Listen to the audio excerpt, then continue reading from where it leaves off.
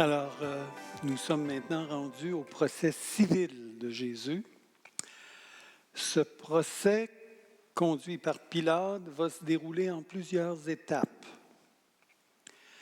Jésus est comparu devant Pilate, d'abord, où celui-ci va faire sa première déclaration d'innocence. Pilate va ensuite envoyer Jésus devant Hérode Antipas. Mais tout comme Pilate, Hérode refuse de le condamner. Et le second procès va se tenir de nouveau devant Pilate, où celui-ci va faire plusieurs tentatives pour faire relâcher Jésus. Donc le procès civil de Jésus devant les autorités romaines dont Ponce Pilate était le gouverneur va se produire comme il a commencé, c'est-à-dire rempli d'injustice et toujours teinté par la haine des conspirateurs religieux envers Jésus. Haine inspirée par les forces des ténèbres, comme le leur avait fait remarquer Jésus. Le procès devant Pilate va commencer dans la confusion, parce que Judas, qui était l'accusateur principal pour la continuité du procès, pris de remords et voyant que les choses allaient trop loin, Judas n'avait jamais soupçonné que les choses iraient aussi loin. Devant la situation qui dégénère, Judas est allé se pendre. Et c'est Matthieu qui rapporte cet épisode, Matthieu 27, 3 à 5. Alors Judas, qui l'avait livré, voyant qu'il était condamné, fut pris de remords et rapporta les 30 pièces d'argent aux principaux sacrificateurs et aux anciens, en disant « J'ai péché en livrant le sang innocent. » Ils répondirent « Que nous importe, cela te regarde. » Judas jeta les pièces d'argent dans le temple, se retira et alla se pendre. Et donc, la mort de Judas va causer des problèmes pour la continuité du procès civil. Et ça va expliquer l'embarras de Pilate au début du procès. Alors, on nous dit que c'est Jean qui rapporte ça, que Jésus fut amené dans le prétoire où Ponce Pilate attendait. Donc, ils conduisirent Jésus de chez Caïphe au prétoire. C'était le matin. Ils n'entrèrent point eux-mêmes dans le prétoire afin de ne pas se souiller et de pouvoir manger la Pâque. Pilate sortit donc pour aller vers eux et il dit « Quelle accusation portez-vous contre cet homme ?» Quand il dit « Quelle accusation portez-vous contre cet homme ?» Pilate s'attend à voir Judas présenter le chef d'accusation. Mais maintenant, Judas est mort et les chefs religieux n'ont pas de chef d'accusation conforme à la loi romaine. Pourquoi? Parce que le blasphème, ce n'est pas puni de mort dans la loi romaine. Les chefs religieux essayent donc de forcer Pilate à juger Jésus sans accusation précise. Ils lui répondirent « Si ce n'était pas un malfaiteur, nous ne te l'aurions pas livré. » Être un malfaiteur, ce n'est pas un chef d'accusation. Alors sur quoi Pilate leur dit « Mais prenez-le vous-même et jugez-le selon votre loi. » Pilate leur répondit, dans le fond, que si Jésus était un malfaiteur selon leur loi, ils n'avaient qu'à le juger eux-mêmes. Mais les Juifs dirent, et ça c'est très important, il ne nous est pas permis de mettre quelqu'un à mort. En disant cela, les Juifs dévoilent les plans de leur conspiration, tuer Jésus. Mais ils ne peuvent le faire eux-mêmes parce que ce droit-là leur avait été enlevé par le gouvernement romain. Les chefs religieux sont donc dans une impasse. Et c'est important de voir que ce droit leur avait été enlevé pour que le plan de Dieu se réalise. Et c'est ce que Jean 18, 32 dit. C'était afin que s'accomplisse la parole que Jésus avait dite lorsqu'il indiqua de quelle mort il devait mourir. Et Marc 10, 33 rapporte ici les paroles de Jésus et dit « Voici, nous montons à Jérusalem, et le Fils de l'homme sera livré aux principaux sacrificateurs et aux scribes.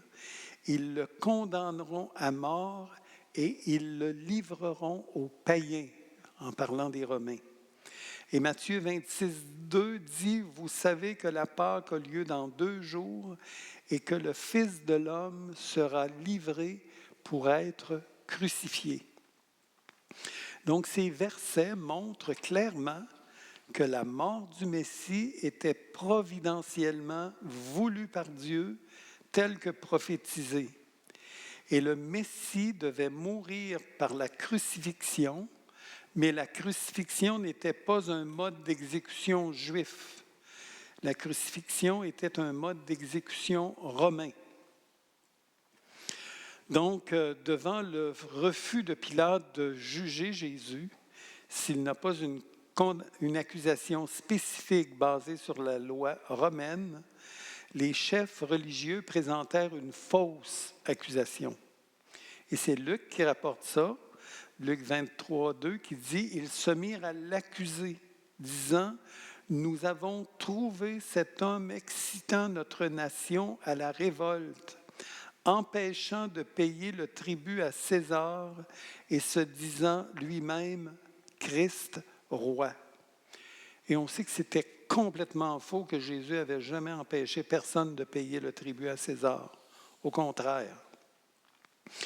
Donc, ce qui est important de comprendre ici, c'est que les chefs religieux ne pouvaient accuser Jésus de blasphème parce que sous la loi romaine, ça n'entraînait pas la peine de mort. Par conséquent, ils l'accusèrent d'un crime politique, une sédition, c'est-à-dire une révolte contre Rome. Ils affirmèrent que Yeshua, que Jésus était un concurrent de César. Et évidemment, tout concurrent de César devait être mis à mort par crucifixion. Donc maintenant qu'un chef d'accusation spécifique avait été porté contre le Messie, Pilate allait pouvoir poursuivre. Donc il dirigea son premier interrogatoire avec le Messie à l'intérieur du palais. Donc à ce moment-là, Pilate est seul avec Jésus. Ça nous est rapporté dans Jean 18, 33, où Pilate rentra dans le prétoire, appela Jésus et lui dit « Es-tu le roi des Juifs ?» Cette question, ça a un rapport avec le chef d'accusation. Et Pilate veut savoir si Jésus prétend être un concurrent de César. Et à la question « Es-tu le roi des Juifs ?» Jésus répondit « Est-ce de toi-même que tu me dis cela, ou d'autres te l'ont-ils dit de moi? » Donc, par sa question, Jésus voulait savoir sur quelle base Pilate posait cette question-là. Comme un Romain ou comme un Juif? Et Pilate a répondu en disant « Moi, suis-je juif? Ta nation et les principaux sacrificateurs t'ont livré à moi. Qu'as-tu fait? » Donc, la réponse de Pilate montre qu'il posait la question sur la base de ce que les Juifs avaient dit, mais d'un point de vue romain, es-tu donc un concurrent de César? Et là, Jésus continue en lui donnant des explications concernant son royaume. Jean 18, 36, il dit « Mon royaume n'est pas de ce monde, répondit Jésus. Si mon royaume était de ce monde, mes serviteurs auraient combattu pour moi, afin que je ne sois pas livré aux Juifs. Mais maintenant, mon royaume n'est pas d'ici-bas. Pilate lui dit, « Tu es donc roi? » Jésus répondit, « Tu le dis, je suis roi. Je suis né et je suis venu dans le monde pour rendre témoignage à la vérité. Quiconque est de la vérité, écoute ma voix. » Pilate lui dit, « Qu'est-ce que la vérité? »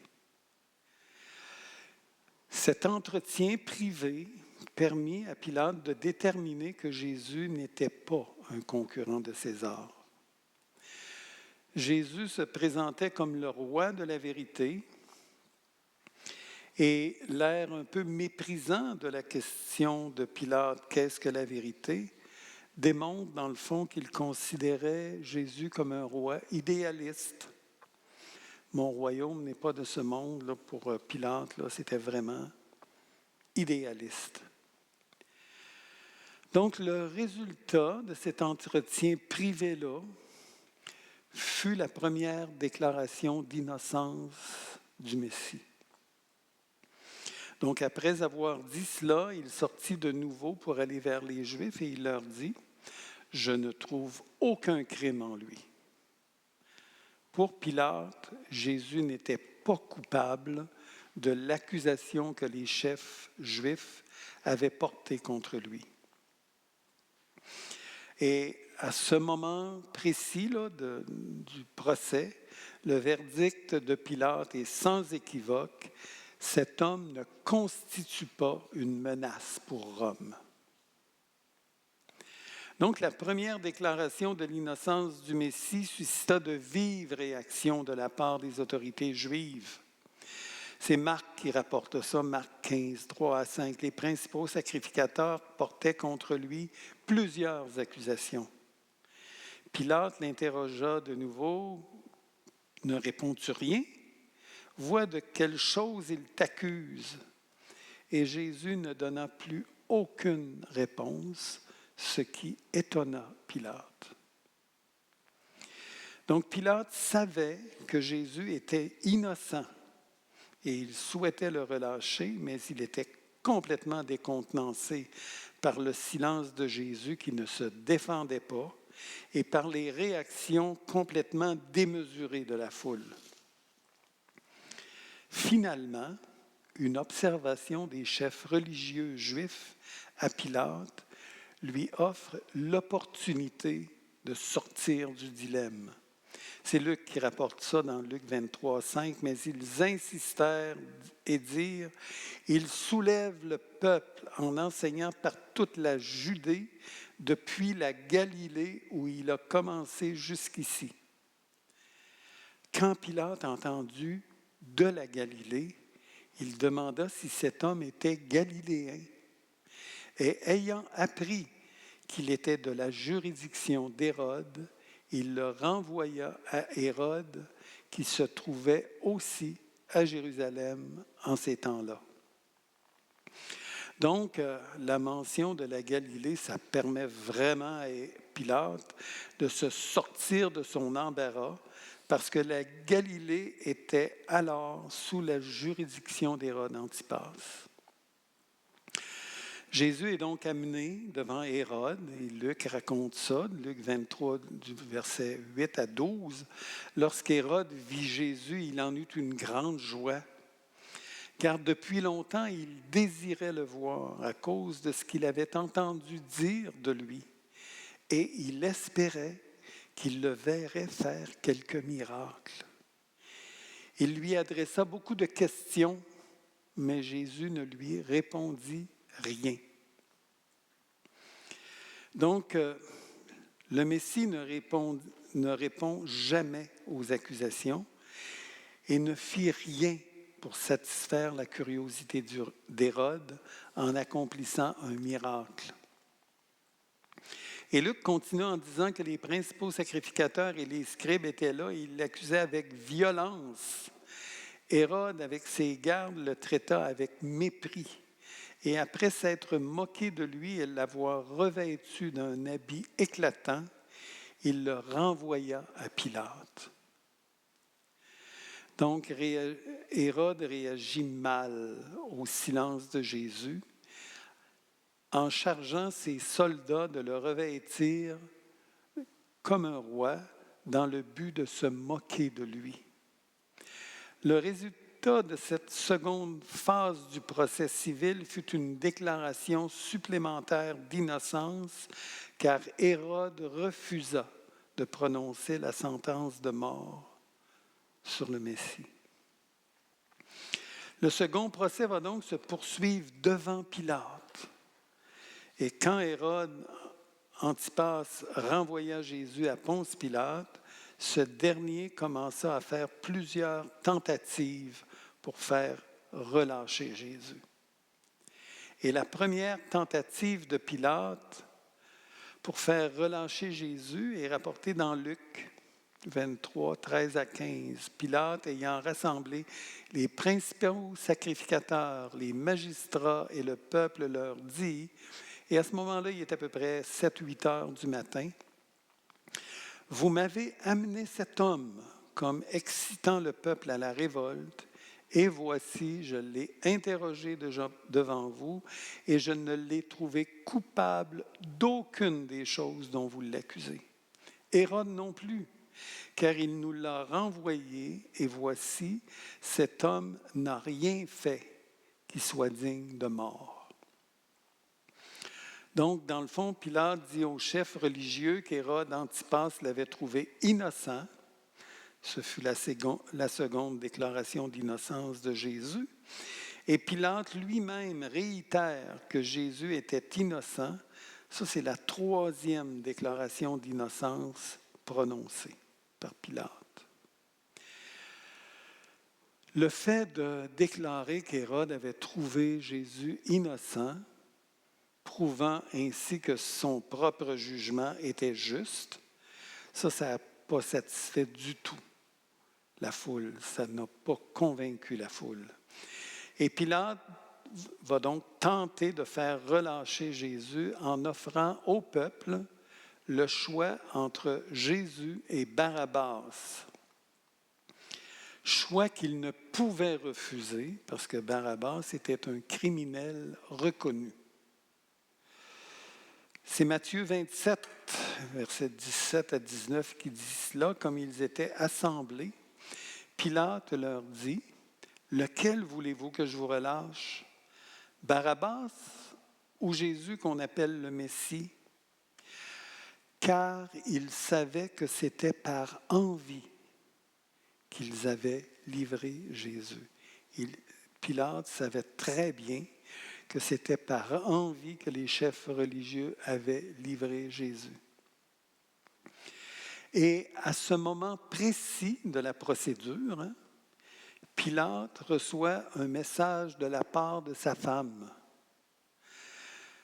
Matthieu 27, 19. Donc, pendant qu'il siégeait au tribunal, sa femme lui fit dire qu'il n'y ait rien entre toi et ce juste. Car aujourd'hui, j'ai beaucoup souffert en songe à cause de lui. Donc, après que Pilate eut reçu l'avertissement de sa femme, Pilate, dans le fond, s'étant déjà compromis en donnant au peuple le choix entre Jésus et Barabbas, pensant logiquement que le peuple choisirait de relâcher Jésus. Mais ce qu'on peut lire dans Matthieu, c'est que les principaux sacrificateurs et les anciens persuadèrent la foule de demander Barabbas et de faire périr Jésus. Donc le gouverneur, prenant la parole, leur dit, « Lequel des deux voulez-vous que je vous relâche? » Ils répondirent, « Barabbas. » Pilate leur dit, « Que ferai-je donc de Jésus qu'on appelle le Messie? » Tous répondirent, « Qu'il soit crucifié. » La seconde tentative de Pilate pour faire relâcher Jésus fut donc déjouée par les autorités religieuses qui ont agité la foule pour qu'ils réclament de faire mourir Jésus. Étant donné que le peuple avait choisi Barabbas, Pilate tenta une troisième fois de relâcher Jésus en le faisant flageller, espérant que la foule aurait pitié de lui en le voyant. C'est Jean qui rapporte cet épisode dans Jean 19, 1 à 6. Alors Pilate prit Jésus et le fit battre de verges. Les soldats tressèrent une couronne d'épines qu'ils posèrent sur sa tête et ils le revêtirent d'un manteau de pourpre. Puis, s'approchant de lui, ils disaient « Salut, roi des Juifs !» et ils lui donnaient des soufflets. Pilate sortit de nouveau et dit aux Juifs, « Voici, je vous l'amène dehors, afin que vous sachiez que je ne trouve en lui aucun crime. » Jésus sortit donc, portant la couronne d'épines et le manteau de pourpre, et Pilate leur dit, « Voici l'homme. » Donc, après la flagellation, qui était un supplice qui déchirait tout le corps, Pilate déclare Jésus innocent pour la troisième fois et il le déclare formellement, « Je ne trouve en lui aucun crime. » Lorsque les principaux sacrificateurs et les huissiers le virent, ils s'écrièrent « Crucifie, crucifie !»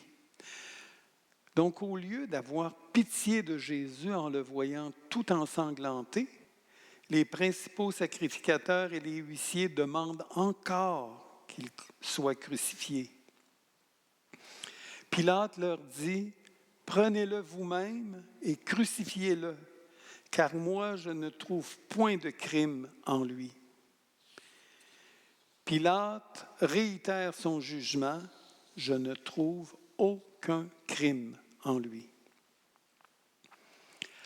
Après l'échec de la troisième tentative de Pilate de faire relâcher Jésus en le flagellant, Pilate tenta une quatrième tentative en disant « Prenez-le vous-même et crucifiez-le, car moi je ne trouve point de crime en lui. » Pilate refusait de donner la sentence romaine de crucifier Jésus pour le crime de sédition. Et le motif religieux n'était pas un motif de crucifixion pour la loi romaine. Et ça, c'est vraiment important ce que je vais dire ici. En offrant aux autorités religieuses de crucifier Jésus, Pilate présumait que les chefs d'Israël laisseraient tomber parce qu'ils n'avaient aucune autorité pour mettre quelqu'un à mort. Et s'ils le faisaient, ce seraient eux qui se feraient poursuivre et qui seraient coupables de crimes. Les Juifs lui répondirent, nous avons une loi et selon notre loi, il doit mourir parce qu'il s'est fait le Fils de Dieu. » Quand Pilate entendit cette parole, sa frayeur augmenta. Donc, quand Pilate entendit pour la première fois le véritable motif de condamnation, sa frayeur augmenta parce que peu de temps avant, sa femme l'avait prévenu de ne pas interférer dans cette affaire. Donc Pilate décida alors d'avoir un second entretien avec Jésus. C'est Jean qui nous rapporte ça dans Jean 19, du verset 9 à 11. Il rentra dans le prétoire et dit à Jésus, « D'où es-tu? » Mais Jésus ne lui donna point de réponse. Pilate lui dit, « Est-ce à moi que tu ne parles pas? Ne sais-tu pas que j'ai le pouvoir de te crucifier et que j'ai le pouvoir de te relâcher? » Jésus répondit, « Tu n'aurais sur moi aucun pouvoir s'il ne t'avait été donné d'en haut. C'est pourquoi celui qui me livre à toi commet un plus grand péché. » Donc, Jésus ici avertit Pilate que s'il le condamne, il commet un grand péché. Mais celui qui le livre à lui commet un plus grand péché. Donc, c'est un avertissement qui a sûrement effrayé Pilate. Donc, après cet entretien où Jésus prévient Pilate que s'il le condamne, il commet un grand péché, Pilate fit une 5e tentative pour relâcher Jésus. Jean 19, 12 dit, dès ce moment, Pilate cherchait à le relâcher. Mais sa tentative fut gâchée par l'évocation d'être ami de César. Mais les Juifs criaient, « Si tu le relâches, tu n'es pas un ami de César. Quiconque se fait roi se déclare contre César. » Là, on peut se demander pourquoi cette évocation fut-elle si importante pour Pilate. Si tu le relâches, tu n'es pas un ami de César. Et pour comprendre, il faut connaître l'histoire de Rome. C'était important pour Pilate, à ce moment-là de sa vie, d'être vu comme un ami de César. Pourquoi? Parce qu'au départ de sa carrière, Pilate avait reçu son mandat de Séjanus, qui avait une assez grande position d'autorité au sein du Sénat romain. Mais Séjanus avait ensuite été accusé de trahison et avait été exécuté. Donc, tous les amis de Séjanus, dont Pilate, étaient soumis à une enquête à ce moment-là concernant leur loyauté envers Rome. Donc, si l'empereur apprenait que Pilate avait relâché un homme qui se proclamait roi, se faisant ainsi concurrent de César, Pilate perdrait rapidement sa position et serait très probablement exécuté également. Donc, Pilate a donc abandonné Jésus, qu'il savait innocent, pour sauver sa peau. Donc, lorsque Pilate a entendu le peuple voulant l'accuser de ne pas être un ami de César, il décida de le juger. C'est Jean qui rapporte ça, en Jean 19, 14 et 15. Pilate dit aux Juifs, « Voici votre roi. » Autrement dit, faites-en ce que vous voulez. Mais la foule presse Pilate de le juger et de le crucifier. Mais ils s'écrièrent, « Ôte, ôte, crucifie-le. » Pilate leur dit, « Crucifierai-je votre roi? » Les principaux sacrificateurs répondirent, « Nous n'avons de roi que César. » Leur égarement et leur haine à ce moment-là est à son comble. Les autorités d'Israël proclamèrent César comme étant leur roi et rejetèrent le vrai roi, Jésus le Messie. Donc la tentative finale de Pilate de faire relâcher Jésus se termina par un échec. Il se lava les mains de cette affaire en rejetant la responsabilité sur les Juifs. Matthieu 27 dit, verset 24, dit Pilate, voyant qu'il ne gagnait rien, mais que le tumulte augmentait, prit de l'eau, se lava les mains en présence de la foule et dit, « Je suis innocent du sang de ce juste, cela vous regarde. » Donc, pour la 5e fois, Pilate déclara que le Messie était juste, donc innocent de ce dont on l'accusait. Et le peuple répondit que son sang retombe sur nous et sur nos enfants.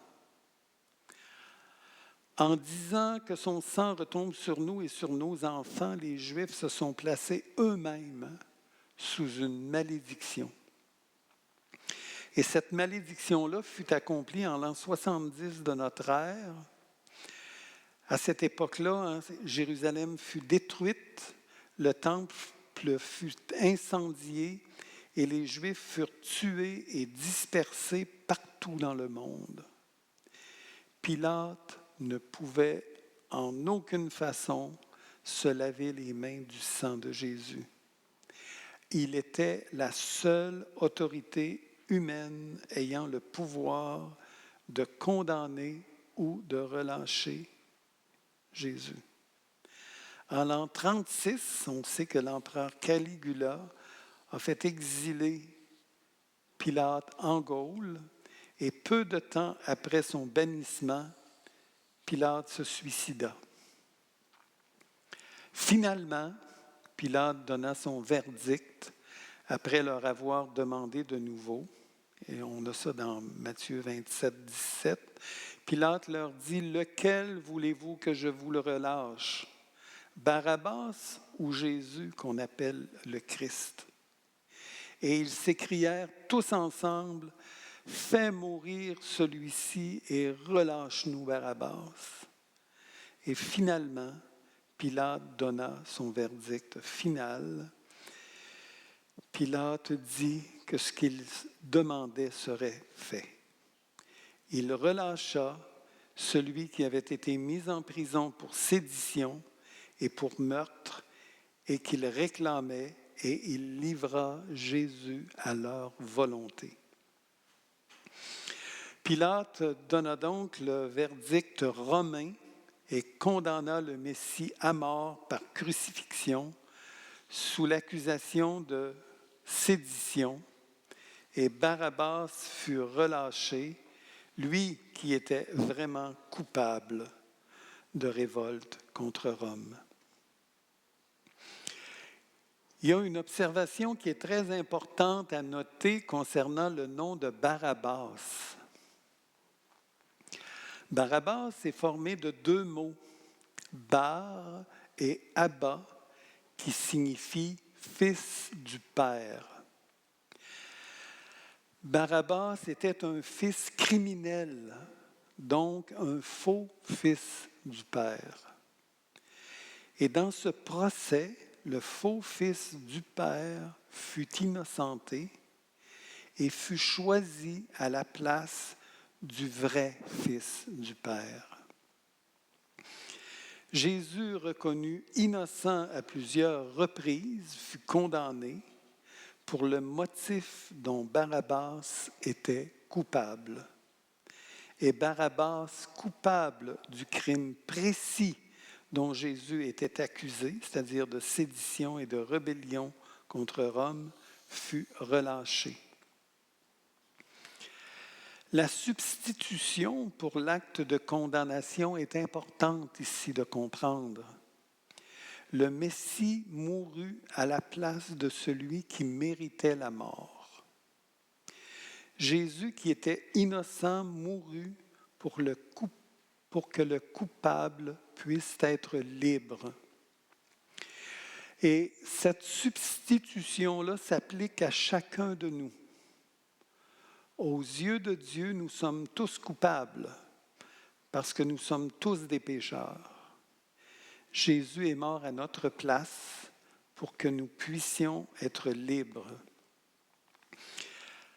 Mais pour que nous puissions bénéficier de cette liberté, nous devons reconnaître que nous sommes pécheurs et par la foi saisir ce que Jésus a accompli pour nous à la croix.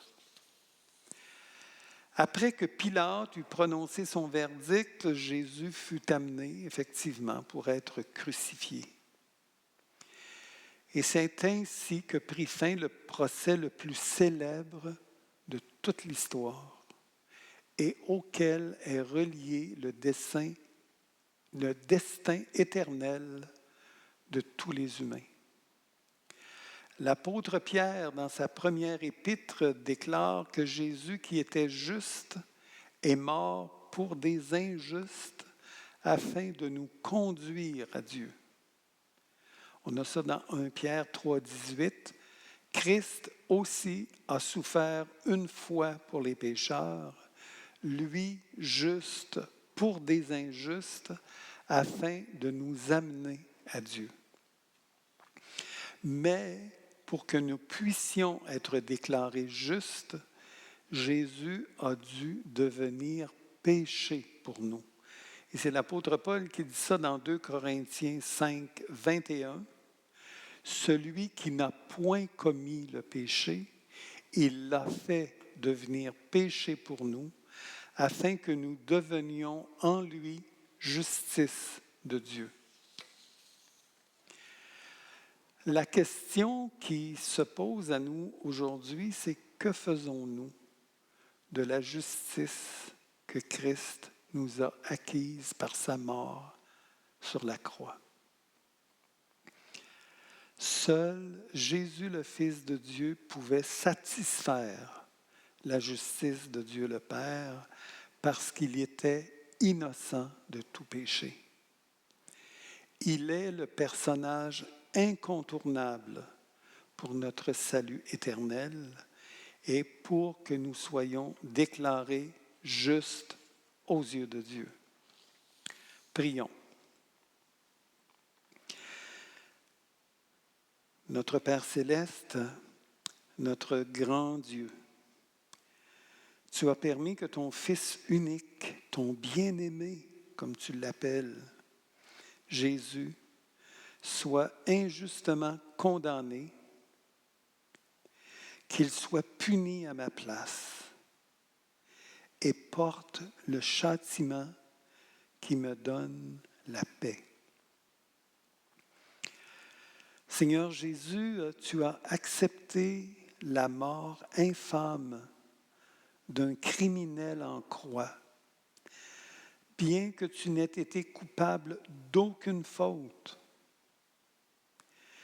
Seigneur, tu as accepté tout cela par amour pour moi. Seigneur, je veux répondre personnellement à l'amour que tu as manifesté envers moi et reconnaître que je ne peux par moi-même être juste devant toi parce que je suis un pécheur.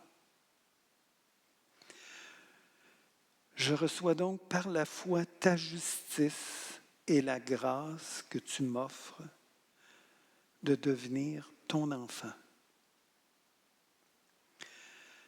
Père, je te remercie d'avoir écouté ma prière et de répondre à ma prière.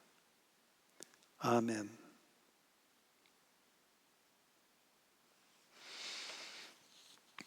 Alors, lors de cette étude, je vous ai parlé du livre Yeshua. Alors, ceux qui veulent se procurer le livre Yeshua, d'où est tirée l'étude sur le procès de Jésus de Nazareth, vous pouvez le faire sur le site du ministère Ariel Canada.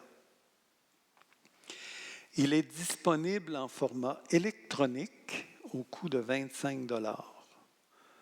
Vous trouverez également dans ce livre des commentaires sur les 4 évangiles selon une perspective juive.